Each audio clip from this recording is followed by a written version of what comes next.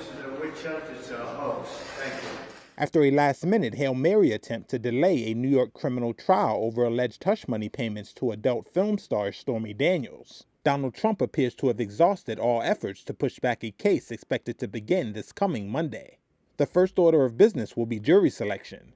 No simple task when the defendant is a former president and current White House candidate. Whenever there's a very high-profile case that gets a lot of pretrial publicity, invariably people will have heard about the case. Robert Mintz is a former federal prosecutor and partner at McCarter in English. Well, it would be a difficult case to get a jury to serve on no matter where you had it in the country. Certainly, there's been a lot of media attention in New York, but I do think that they can, over time, and it may take some time to impanel a jury, but they will be able to find jurors who will be able to say that they will be able to make a decision impartially based solely on the evidence that's presented at the trial, and that they have no preconceived notions as to whether or not the defendant is guilty of the crimes. I don't know how you can have a trial that's going on right in the middle of an election. Not fair. Trump has pleaded not guilty and claimed the prosecution is politically motivated.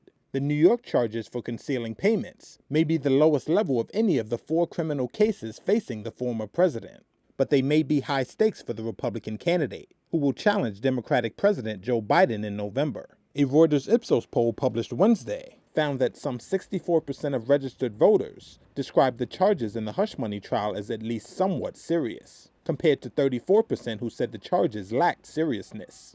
The poll also showed that any criminal conviction could take a heavy toll on Trump's presidential aspirations. Meanwhile, there was another black eye for the former president Wednesday.